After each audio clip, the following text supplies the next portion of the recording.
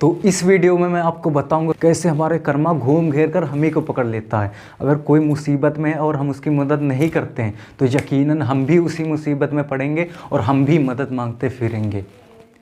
आपने विक्रम बेताल की कहानी तो सुनी होगी, जिसमें राजा विक्रमादित्य के ऊपर एक बेताल बैठा होता। अब राजा विक्रमादित्य चाहे जो कुछ कहें, चाहे जो कुछ कर दें, वो जाता ही नहीं था। ठीक इसी तरह हमारा कर्मा होता है, वो घूम घेर कर हम ही को पकड़ लेगा, घूम घेर कर हम ही को पकड़ लेगा। अगर हम ये भी कहेंगे मुझे जाने दो, मुझे मुझे जाने दो, मेरी माँ मेरा इंतजार कर रही, तो भी नहीं जाने देगा। तो शुरू करते हैं इस वीडियो को। नमस्कार, मैं हूँ Ritesh Patel, the motivational speaker and life coach. आज मैं आपको एक कहानी सुनाने वाला हूँ, थोड़ा कंसंट्रेशन कीजिएगा यहाँ पर। तो बहुत समय पहले की बात है, एक रहीम चाचा के घर में एक चूहा रहता था।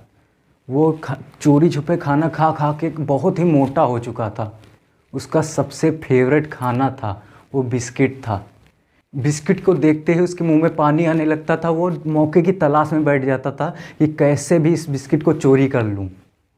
और तभी अगले दिन रहीम चाचा बाज़ार जाते हैं, वहाँ से सब्जी के साथ साथ एक बिस्किट का पैकेट भी लिए आते हैं। और चूहा जब बिस्किट के पैकेट को देखता है तो मौके की ताड़ में बैठ जाता कि कब रहीम चाचा उस बिस्किट को रखें, कब वो बिस्किट चोरी कर ले। पर तभी उसकी नज़र उनके दूसरे हाथ पर पड़ती है तो बहुत ही दुखी हो जाता, बहुत ही घबरा जाता है, क्योंकि उनके दूसरे हाथ में एक चूहा दानी थी। अब चूहा ये सोचने लगता, अब मैं पकड़ा जाऊंगा, अब मैं मार दिया जाऊंगा। और इस समस्या से बचने के लिए वो अपने एक दोस्त के पास जाता है, यानी कि एक कबूतर के पास जाता है। कहता, कबूतर भाई मुझे बचा लो, मैं बहुत ही मुसीबत में हूँ। रहीम चाचा मुझे पकड़ने के लिए एक चूहा दानी लाए हैं और इस चूहे दानी को कैसे भी करके तुम गायब कर दो। तो कबूतर कहता है कि भला चूहे दानी से मुझे क्या खतरा। तो चूहे को ये बात समझ में नहीं आती है। चूहा कहता, चूहे दानी से खतरा आपको नहीं, खतरा मुझे है। तो कबूतर कहता, यही तो मैं तुझे समझाना चाहता हूँ, समस्या तेरी है, तू निपट।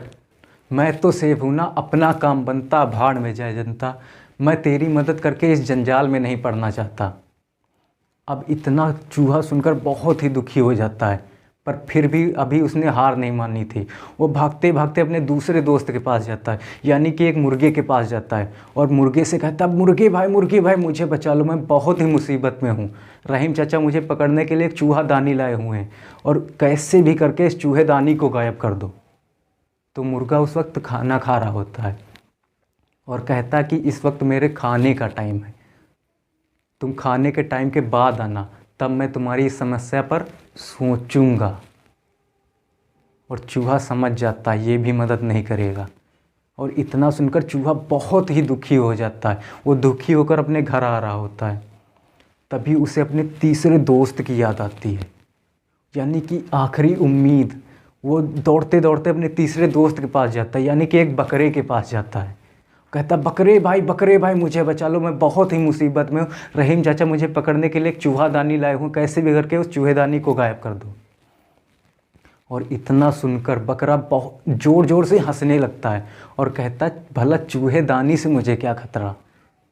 तो चूहा समझ जाता है कि ये भी मदद नहीं करेगा, पर फिर भी वो थोड़ी धीमी आवाज़ से कहता है कि चूहेदानी से आपको खतरा नहीं, चूहेदानी से खतरा मुझे है। अगर आप मेरी मदद कर देंगे तो आपका एहसान ज़िंदगी भर नहीं भूल पाऊंगा।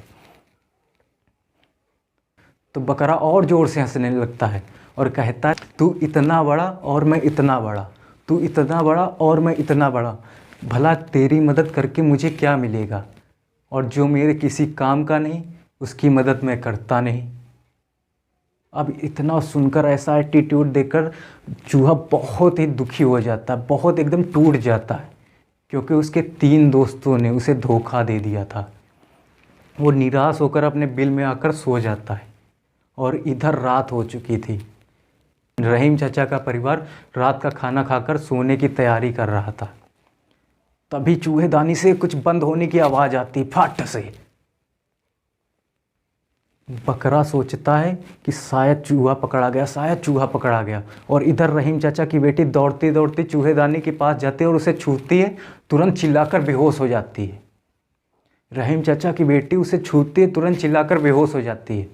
तभी रहीम चाचा का पूरा परिवार वहाँ आ जाता है और आसपास के लोग भी आ जाते हैं और उनमें से एक कहता है कि इसे तो सांप ने काटा है।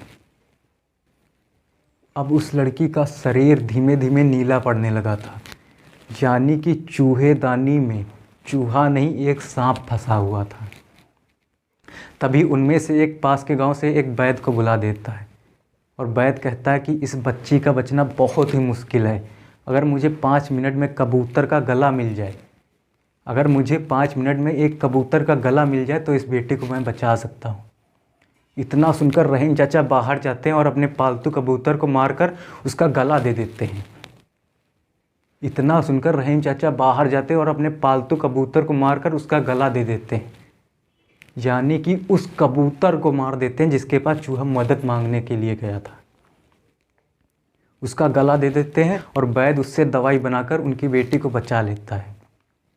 अब रहीम चाचा बहुत ही खुश हो जाते हैं और इसी खुशी के लिए उन्होंने अगले दिन एक सरप्राइज़ पार्टी प्लान करी और वहाँ पर जितने भी लोग थे उनको इनविटेशन दिया कि आप सबको आना है। जब वो सब उनके घर पहुँचते हैं, जब वो सब रहीम चाचा के घर पहुँचते हैं तो देखते हैं कि खाने में वहाँ पर एक मुर्गा बिरयानी थी।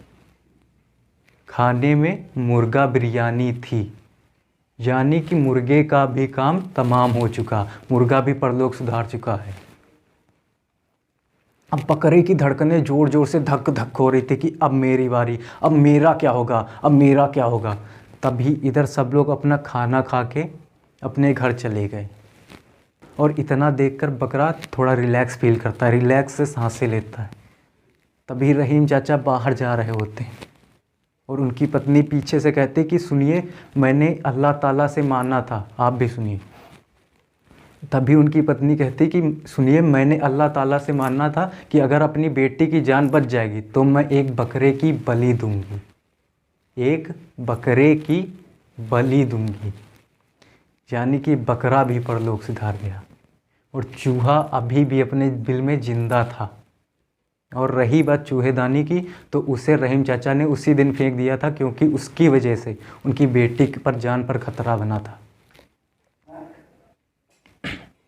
यही होता, हमारे कर्मों का फल कैसे घूम घेर कर हम ही को चपेट लेता है। अगर कोई मुसीबत में होता है, अगर हम उसकी मदद नहीं करते हैं तो यकीनन हम भी उसी मुसीबत में फंसेंगे और हम भी मदद मांगते फिरेंगे।